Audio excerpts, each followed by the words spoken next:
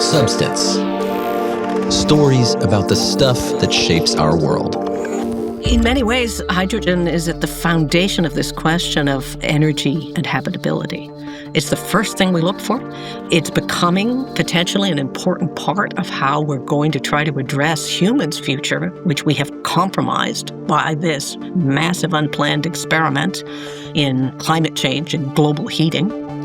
Substance.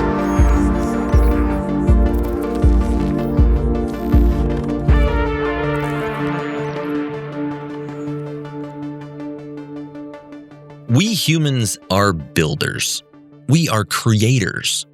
From the beginning, we've shaped the world around us. It's what's made us what we are and allowed us to thrive. Today, we know that to continue the human endeavor, we have to find new ways to work with the Earth instead of just taking from it. Nearly all of Earth's energy begins as hydrogen. And today, this simple element has become a key engine of human innovation. It's one of the universe's most basic ingredients, one of society's most important resources. But it's also one of the most challenging substances for humans to make sustainably. However, that's changing fast. I'm Joe Hanson, and this is Substance, a podcast about the discoveries and innovations in chemistry and beyond that are helping us build a sustainable society for the future. In short, we tell stories about stuff that shapes our world. And we're starting at the beginning with hydrogen. The chemical element hydrogen is the first on the periodic table. 1 proton and 1 electron in its most common form. It fuels the stars, including our own sun. A whopping 3/4 of all the matter in the universe is hydrogen. So it's in the stars and in space. Where do we find hydrogen in our lives? I'd say the way you encounter the element hydrogen most frequently is in your water glass. You know, the glass you probably have in front of you, the cup of coffee I had for breakfast today. Hydrogen is the H in H2O. Professor Barbara Sherwood Lollar is interested in the relationship between hydrogen, the element, and the hydrogen found in water. She's going to take us on a journey to explore the strange and interesting ways all of that hydrogen is connected. But first, I want to set the stage somewhere else. Not out in the far reaches of the solar system or the galaxy or the universe. In 1987, the village of Borakabugu needed a new well for drinking water. Borakabugu is in the landlocked West African nation of Mali. It's located in the savannah over 400 miles southwest of the ancient desert city of Timbuktu, and around 30 miles northwest of Mali's capital, Bamako. On the savannah, groundwater can be dozens of meters below the surface. So back in 1987, to find a source for this drinking water well, teams of workers needed to drill several boreholes deep into the ground.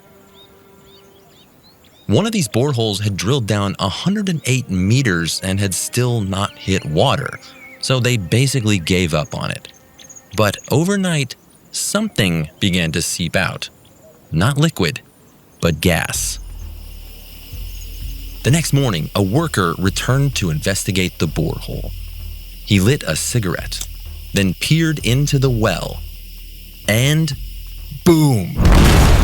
The gas ignited in a massive explosion. The man was left badly burned, and the flame he ignited burned for several days. Villagers feared it might torch the whole town. Many years later, a person who witnessed the ordeal told a petroleum engineer that the flame resembled blue, sparkling water during the day and shimmering gold at night. It burned strangely clean, with no smoke. Eventually, the flame was smothered and the hole plugged, and that's how it stayed for more than 20 years. It was only many years later that someone realized the gas that seeped from the well in Borakabugu was a remarkable discovery. It was made of nearly pure hydrogen in its elemental form. Now, when we talk about pure hydrogen, we're talking about the form in which we actually find it here on Earth. And that's in a molecule made up of 2 hydrogens, H2. It's usually a gas, and it holds the distinction of being the smallest molecule there is. While a hydrogen atom has just one proton and one electron, in the hydrogen molecule, two hydrogen atoms share their two electrons between them to form a molecular bond. The bond that holds those hydrogens together is full of energy, but you need a spark, or the burning end of a cigarette, to rip it apart and release that energy. But you need something else too, oxygen, or O2, which, like hydrogen, is a molecule, this one made up of two oxygen atoms. As long as there's oxygen around, when hydrogen gas ignites, the bonds between the two hydrogens in H2 and two oxygen in O2 burst apart, and a new molecule forms in a burst of energy. That energy sets off a chain reaction that breaks apart more molecules of hydrogen and oxygen. The reaction snowballs, or more accurately, fireballs downhill, emitting more energy until all of the hydrogen is consumed. What remains is a new molecule that contains two hydrogens and one oxygen. Two H's and an O. H2O. Water. In short, hydrogen gas plus oxygen gas and a spark makes water plus a whole lot of energy.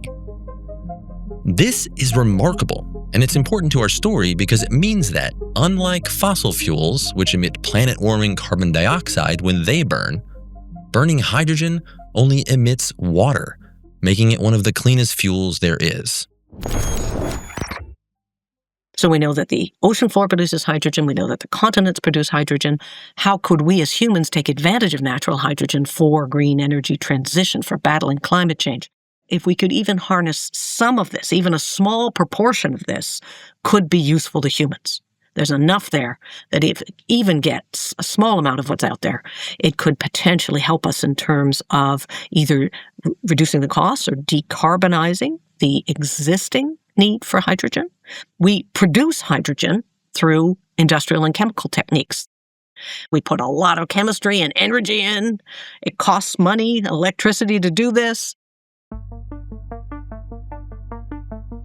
The way we currently produce hydrogen is actually a huge source of carbon emissions, nearly 2.5% of annual carbon dioxide output. For every ton of hydrogen that we need, we produce about 9 tons of CO2.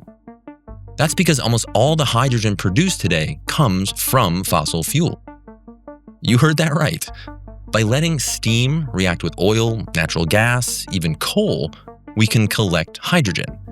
But the byproduct of that process is even more carbon dioxide. The good news is there's actually already one way to make hydrogen directly from water with no or very low greenhouse gas emissions. The bad news is it's expensive, at least today. Remember, the reaction that forms water from H2 and O2 produces energy. To run this in reverse and get the hydrogen and oxygen back out, you need to put energy back in. One way we do this is with electrical energy. We call this process water electrolysis, and the machines that do this water splitting work are electrolyzers. Electrolyzers are becoming more common with the increase in clean sources of electricity like solar and wind power. Companies like BASF are already using this low-emission green hydrogen. But how expensive that green hydrogen is, it's directly tied to the price and availability of clean energy. And right now, only a tiny fraction of the world's hydrogen is produced this way. So why do we bother? If it's so hard to make hydrogen, why go to all the trouble?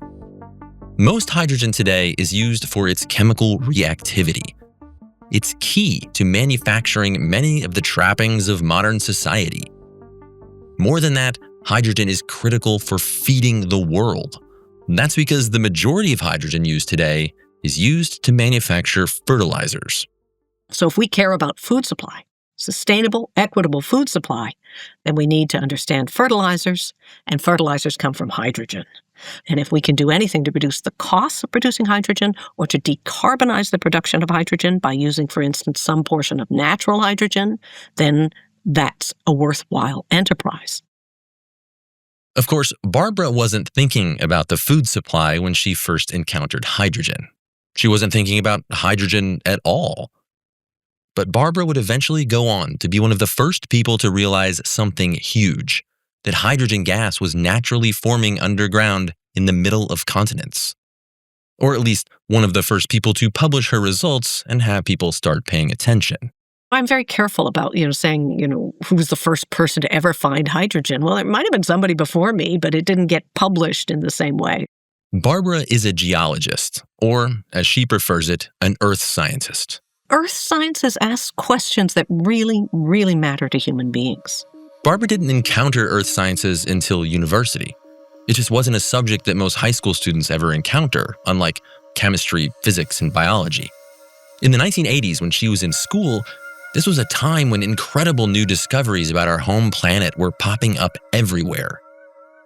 Like barely a generation before that, scientists had just figured out that great chunks of crust were moving around on the surface of the Earth, crawling towards and away from one another, sometimes crashing into one another. And that this geologic violence can be the source of earthquakes and mountain formation. That process is now known as plate tectonics. This was also around the time when these huge smoking chimneys spewing gas and hot water were found on the ocean floor. We now call those hydrothermal vents. And just a few years before Barbara started university, scientists discovered that some of them were teeming with life. Life where no one thought it could survive. Life fueled not by the light and heat of the sun, but surviving in the dark depths miles below the ocean's surface, powered by the heat and chemistry of the Earth. There was a sense that we were still exploring, still discovering new things about life as we didn't know it on our planet. So it was between that and, of course, the rising focus on protecting the environment, on beginnings of our understanding of climate change. It was a very exciting time. Today, Barbara is a professor at the University of Toronto in Canada. She's dedicated her career to studying the interplay between molecular hydrogen and water, between H2 and H2O, deep underground.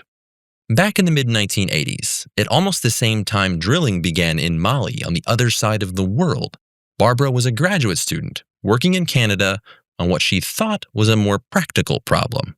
There was, it turns out, a phenomenon that was well known to miners all over the world, and that is in some of the most ancient rocks on Earth, where they were mining for gold or diamonds or precious metals or nickel and cobalt and critical minerals. And particularly in the oldest rocks on Earth, billion-year-old rocks that form the core of the continents, they found and were working with really salty water. For them, it was an operational issue. It causes corrosion problems, the fact that this water is so salty. In some places, it can be up to 10 times the salinity of seawater. And it obviously wasn't seawater. So any miner who'd worked in those systems knew that these phenomena existed, but it hadn't really been understood.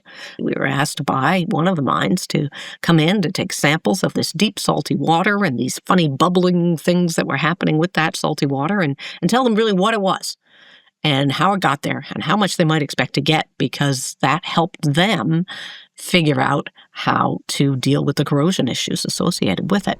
Barbara went into the mines looking to solve this really practical problem. Why was this salty water bubbling around these rocks?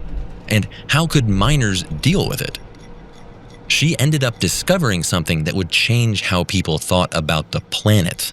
Like so much science, there's really very happily blurred lines between what we consider to be fundamental and what we consider to be applied. Those are actually not two things. So we went up to help in a very applied way, but began to make some very fundamental discoveries. Barbara had the first real inklings that she was onto something new while working on a project analyzing gas from mines across Canada and Finland. In one mine in particular, the Coppercliff South mine near Sudbury, Ontario, she seemed to be losing huge percentages of the gas that she collected, or at least whatever was there seemed to disappear when she tested it. suite of things that you run because that's what you expect to come out of the ground. But it became obvious very quickly that there was something else. And I remember this vividly. It's 4,000 feet underground, Sudbury, Ontario, Canada. The Coppercliff mines have rocks rich in all kinds of metals. Copper, of course, but also platinum, gold, silver, nickel, palladium, cobalt, and iron. Thanks to all the different minerals, the cracked and creviced walls of the mine can make for a beautiful sight. But Barbara wasn't there for sightseeing. It'd be lovely to think we had time to sort of, look around and think about how poetic and beautiful it all is. But frankly, mostly we're super focused in on getting the samples we need. Through the din of miners, the scraping and banging of the mining equipment, and through the ear protection they wear to protect them from the noise, researchers collecting samples in mines try to listen for hints of what can't be seen, namely water and gas. If you get close up to something, you can sometimes hear the water flowing or hear the bubbling or hissing sound that we're looking for. They smell the walls for hints of sulfur. The smell of rotten eggs is a sulfur smell. And there are many different sulfur smells. Ours is different, but nonetheless, we know what it is. And keep in mind, they're surrounded on all sides by pitch black darkness. The only light you've got is the light on your helmet. So imagine yourself in your kitchen in the morning. There's been a blackout, but it's so blacked out that no light is coming in from outside. None. And you've got a light on your middle of your head, and you're going to try and make your coffee. Well, you can do it, but you're doing it by moving your head around in a very focused way, right? You've got to go over and find the spoon, and then back over to the coffee, and then look for the filter. It was in the blackness of the mine in Sudbury, 4,000 feet below the Earth's surface, that Barbara collected the sample that would shape the rest of her career. She decided to test for the last thing she could think of, the one substance she hoped it might be. And it was this moment where, when I did the analysis, tested to see if it was hydrogen, it was more than 30% hydrogen. And that was a big aha moment, because at that point in time, we hadn't understood that these systems would be so full of what's now become known as natural hydrogen. Where did that hydrogen come from? How did it form? If it's so hard to split apart a water molecule, then why does it seem to happen so easily underground? After Barbara reported her discovery in 1988, it took the next few decades for scientists to begin to puzzle out that mystery. During all that time, the well in Mali remained plugged and forgotten by almost everyone outside Burakabugu. Well, one thing I should point out is this is an active area of research, but at the moment there are two major categories. Depending on where you are, serpentinization, radiolysis, or a little bit of both. And indeed, again, just to emphasize, there's all kinds of very interesting work going on by people all over the world right now, so that in a couple of years I may list 3, 4 different other reactions. Collectively, the reactions that generate H2 underground are called water-rock reactions. Water comes into contact with rock. Something in the rock can split apart the strong hydrogen-oxygen bond in water, and hydrogen gas begins to bubble out. The first reaction Barbara mentioned, serpentinization. That's a mouthful, but you notice the root word that begins it. Serpent, as in snake. As the rocks react with water, they change. Patterns in them form that resemble those on a snake's skin. What's left behind is a kind of mineral called serpentine. If you've ever seen the beautiful carvings that come out of southern Africa, or the beautiful carvings that come out of artists, Inuit artists in Canada, sometimes it's referred to as soapstone. Geologically, they're called serpentine, and they have this beautiful green color. So the parts of the Canadian Shield where this rock is found, we are actually referred to as the greenstone belts because of this gorgeous green color. It starts from something called olivine, another green rock. And so when these olivine minerals interact with water, they get hydrated and they change. And that's when they form this softer serpentine or soapstone type rock. And the byproduct of that interaction between the olivine minerals and water is not only the production of serpentine, but the production of hydrogen. The rocks in Mali are also rich in iron-containing minerals that can react with water. Oxygen forms even stronger bonds to iron than it does to hydrogen. That's why objects made of iron rust. That's oxidation. The oxygen that was once in water is left behind, attached to the iron in the serpentine, and the hydrogen bubbles out.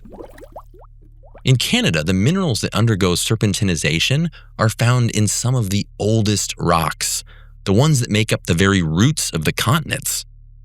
Still, only some of that rock is of the magnesium and iron-containing, hydrogen-producing variety that Barbara and other Earth scientists call ultramafic. There are younger ultramafic rocks around the world, but it is a fact that the largest real estate of ultramafic rocks was all formed earlier than 2.5 billion years. So when I referred to the famous greenstone belts of the Canadian Shield, these are all rocks that are older than 2.5 billion years, but they're vast. I mean, I can turn the keys in my ignition and drive for days and not leave it. So it's really a very, very major part of the ancient rock system. However, the rocks don't need to be old. They don't even need to contain iron. The second hydrogen-creating reaction Barbara mentioned, radiolysis, can occur in any type of rock. I'm a big buff on the history of science, and sometimes things get discovered and then forgotten. And there's a number of people who've raised this idea, but some of it actually goes right back to the work of Madame Curie at the turn of the century. In her treatise on radioactivity, you see there were experiments in which they put just plain old water in contact with radioactive minerals, radioactive rocks. And they had discovered that the radioactivity naturally in the rocks was breaking apart water molecules and producing hydrogen. All rocks contain radioactive elements. It's just the nature of rocks. Every rock has a certain amount of uranium, thorium, potassium. And all of those three elements decay. And when they decay, they release radioactivity, alpha, beta, and gamma particles.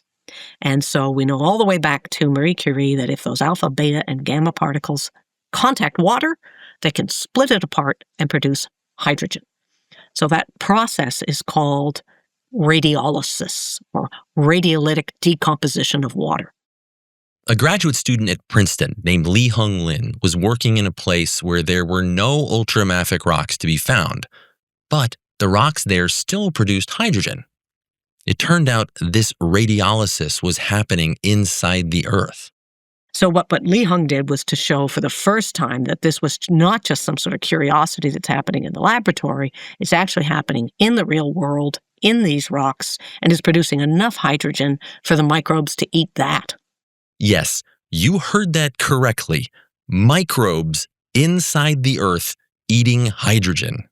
Oh, I always say the same thing. It's the jelly donut of the microbial world. You know, if hydrogen's there, microbes are likely to flock to it, just as if you put out a pizza table in front of a bunch of people at a party. And so, I mean, who can't get interested in the thing that is one of the most sought-after energy sources for the life form that far outnumbers us, which is the microbial biosphere? Barbara's work in the 1980s didn't set off a frenzy of people searching for hydrogen in mines. They weren't interested in hydrogen for making chemicals or as an energy source. These scientists were interested in what hydrogen could tell us about the limits of life itself. When I was in high school, we still thought life was just a green film on the surface of our blue dot, because of course, we're thinking about photosynthesis as being essential to all life. The hydrothermal vents and the work that's been done since then in the oceans and the marine lithosphere has shown that there is also a deep subsurface biosphere in the oceans. Remember, the hydrothermal vents at the bottom of the ocean were discovered just before Barbara started college. They showed that life can also get its energy from the Earth. Microbiology gets its energy from the surface, of course, from photosynthesis. We're all used to that idea. But one of the things that the discoveries at the hydrothermal vents showed us is there's actual ecosystems at which that chemosynthesis rather than photosynthesis synthesis is the foundation of the energy cycle and the sustaining of life. And so there became this real interest in these, what we call water rock reactions that produce hydrogen.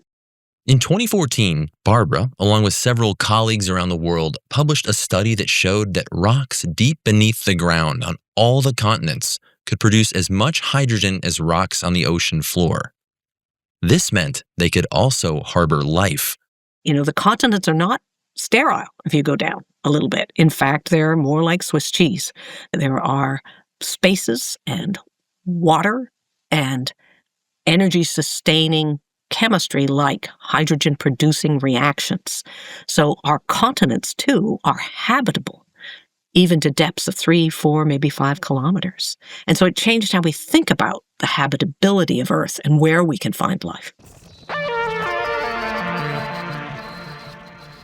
We're still at the stage where we're just finding out what's down there. New species are being found. New genuses are being found. To this point, there's no second origin of life. Everything is still DNA-based. Everything on the planet that we found is clearly all interrelated. But nonetheless, there are novelties. There are differences. And so microbiologists are very interested in continuing to explore this massive amount of subsurface real estate that we now understand, partly due to hydrogen studies, that we now understand is habitable. So the question is not, does the Earth produce a lot of hydrogen? So we know that the ocean floor produces hydrogen, we know that the continents produce hydrogen, but no one's arguing that every bit of that hydrogen is available. It should, we as humans, decide we want to start competing with the microbes for it. Substance. My interest in hydrogen definitely came from the fact that it's kind of magic, basically. You have a molecule that comes out from a reaction where a mineral hydrates by taking in water and produces hydrogen. And this hydrogen reacts very rapidly with its environment. It can reduce rocks. It can be consumed by microbes. It can react with CO2 and produce organic molecules. So that was something that sounded amazing to me, and I wanted to understand that a bit more. If Barbara Sherwood Lollar represents the first generation of scientists who focused on hydrogen gas, Olivier Sissmann represents the next generation of researchers who emerged to carry the field further. So actually, I encountered Professor Sherwood Lollar before I encountered her work because I was still a student in Paris, and she came to visit and gave a seminar. And she talked about the formation of hydrocarbons, the consumption of hydrogen, the first bricks of life.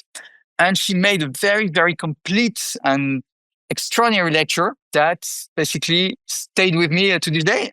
Today, Olivier works as a researcher for IFP, a French energy research institute, and as a lecturer in geophysics.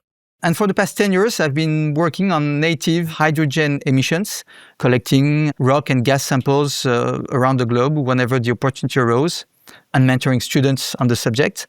Olivier calls this stuff native hydrogen. Barbara, natural hydrogen.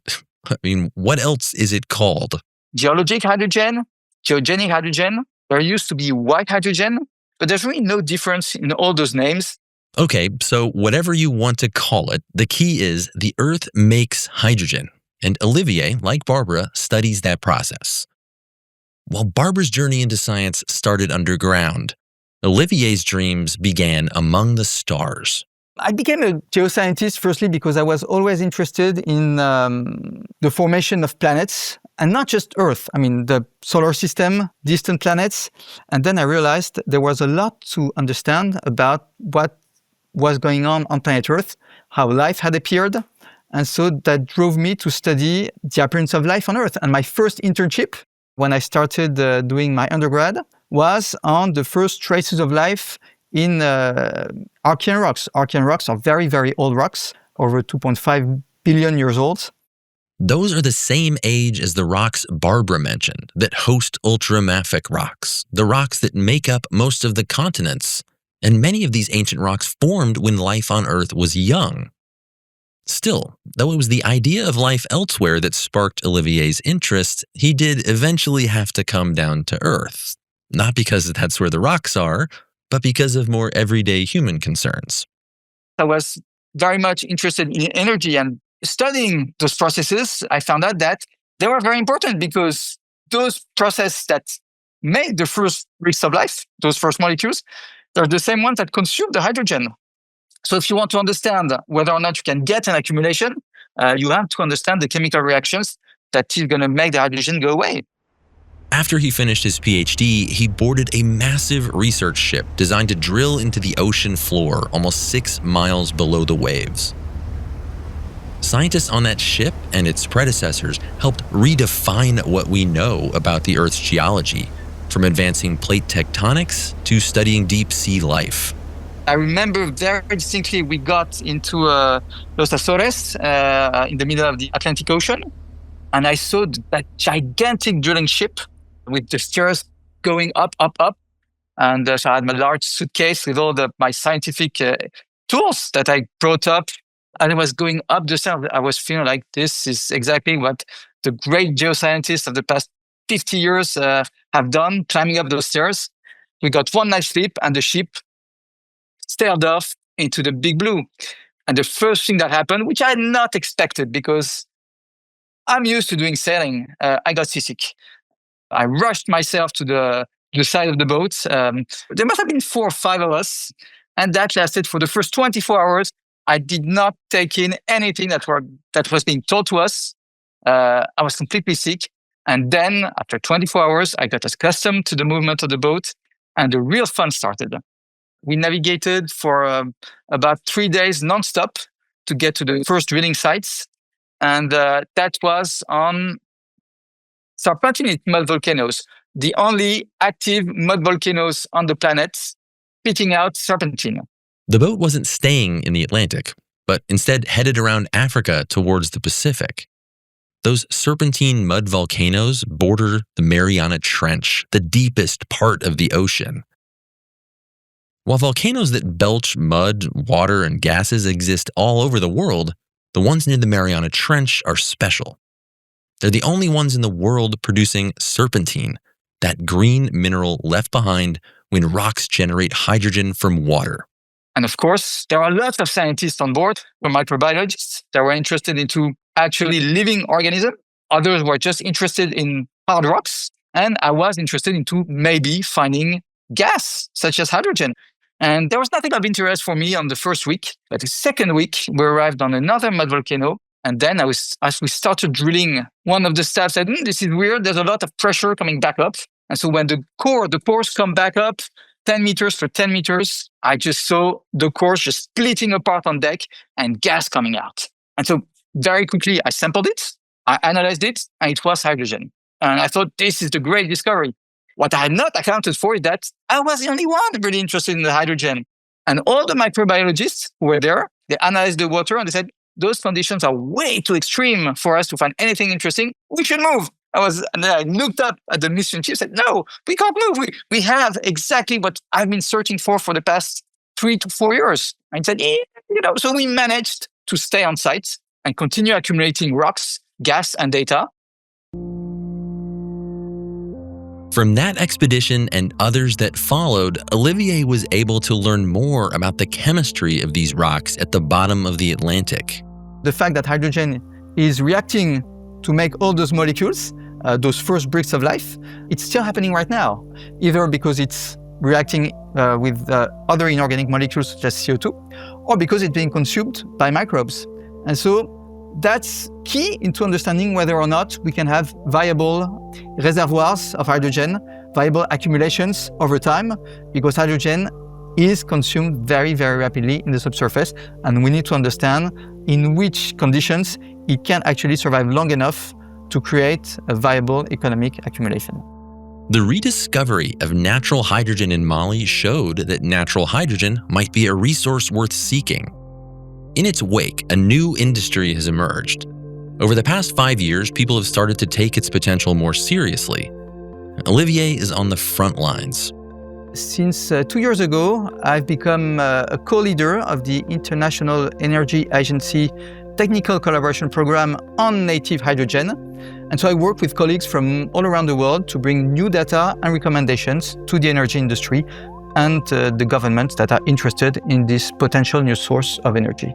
All over the world, there are rocks emitting hydrogen that might be ripe for exploration, including Kansas in the United States. On what we call the Mid-Continental Rift, which are volcanic intrusions that intruded into the continental crust about 1 billion years ago. And now that if you go up the continental rift, so Iowa, Nebraska, Minnesota, Ontario, where Professor Sherwood Lollar is also working, we have found hydrogen emissions. And all across Australia, too. In the 1930s, people actually published in Australia, when they were searching for hydrocarbons, that they had found, drilling into a well, about 52% hydrogen being emitted along with methane. But no one really paid attention. And it was not only in the early 2020s that this work was rediscovered. In Europe. In France, we do see hydrogen coming up in the area of the Pyrenean Mountain. And companies are exploring right now to try to estimate the amount of hydrogen that is either stored underground or that is being constantly generated and regenerated each year. And across Eurasia. There's been hydrogen discovered in Russia, and we didn't really know about until the early 2010s, because even though it's been known for decades in Russia, scientists were publishing in Russian. So in the international community was not aware of it. We know there are hydrogen emissions near iron mines in Africa, whether it's South Africa or Namibia. We also know that, and there's one country that has been leading research in South America, Colombia, has invested a lot in hydrogen exploration. We're basically at the beginning of the natural hydrogen industry, very much like we were at the beginning of the hydrocarbon industry over 100 years ago. We know it's being generated. We don't exactly know how. We don't know exactly at which scale it's being produced, especially. As exploration progresses, our knowledge will expand as well. And so hopefully we will get those answers in the next few years. It's not yet clear what the answers to those questions will mean for the potential of hydrogen that seeps from the ground. There is still a host of unknowns and challenges that threaten to derail the entire project. Those pesky microbes are one of the biggest challenges. One of the problems when dealing with geologic hydrogen is that hydrogen is one of the main sources of food for the microbial communities in the subsurface. Hydrogen can be consumed in about hours, days, weeks. And so if there's not renewable flux of hydrogen coming back into the reservoir to replenish it, then you're not going to end up with an accumulation. Even if all of that can be overcome, Olivier still thinks there will be a need for more ways to make hydrogen, like using electrolysis to make green hydrogen. I think that as great as geological hydrogen could be, we will probably need to resort to electrolysis, because being able to produce your energy anywhere at any given time and predict how much energy you're going to produce is important. And being able to make sure that people will get energy no matter what is something that is important. I mean, that's what the energy mix is about. Finding the right process to produce energy in the right place at the right time. So I believe in both, basically. I mean, from an application point of view, it's not really relevant where it comes from. As Barbara mentioned in the beginning, we already need hydrogen to power modern society. It's one of the most important chemical feedstocks for companies like BASF. My name is Volker Ehret. I work as a production manager at a synthesis plant. At BASF, Volker works in a synthesis plant that produces hydrogen. Hydrogen finds its way into a huge number of the compounds BASF produces. That includes the ammonia used to make fertilizer. But ammonia is just the beginning. It can be found everywhere. I mean, if you look at anything organic, it has some hydrogen. So it's probably as old as chemistry itself. And so it's a very fundamental, it has to be there to get other things done. You might equate the term organic with something natural or alive. But when a chemical engineer like Volker uses organic, he's referring to organic chemistry, also known as the chemistry of carbon. Of course, organic chemistry started out as the study of chemical compounds that come from living things. Those compounds, it turns out, are also made of carbon. Chemists eventually figured out how to transform one carbon-based compound into another. That chemistry birthed everything from medicines to plastics to new materials for everything from computer circuit boards and textiles to wind turbines and spaceships. All of them contain carbon, and where we find carbon, we almost always find hydrogen. To make new compounds, we need a source of hydrogen. To make new compounds sustainably, we need a source of hydrogen that doesn't also produce CO2. There are a lot of conventional ways to produce it, which come along with emissions. Those are well known at high capacities and at a large scale. So those things, they can be used very easily and to supply a large amount. And to get away from that emissions, you want to use a different process. For BASF, where Volker works, that process is water electrolysis, the water splitting reaction. It comes with pretty much no emission. You use water as a feed and then some electricity, which is produced with wind or solar, and then that's pretty much it. In Ludwigshafen, a giant electrolyzer built in collaboration with Siemens Energy is now integrated into chemical production. It's probably the size of a soccer field, and there's one larger building which has the gas generation and a smaller building which then has the gas refinement in it. And our capacity is to produce 1 ton of hydrogen per hour, so using 50 megawatts of electricity. Or 54 megawatts to be exact. 1 ton per hour translates into 8,000 tons of hydrogen per year. Since March 2025, that hydrogen has supplied BASF plants with a low-emission source of hydrogen for its chemistry and provide the surrounding area with access to hydrogen for transportation fuel.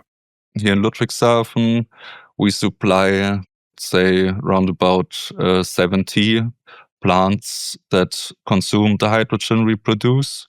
So I think that alone tells how relevant it is. And we also have an outlet to the region where they now start to supply some mobility projects and also some other demands.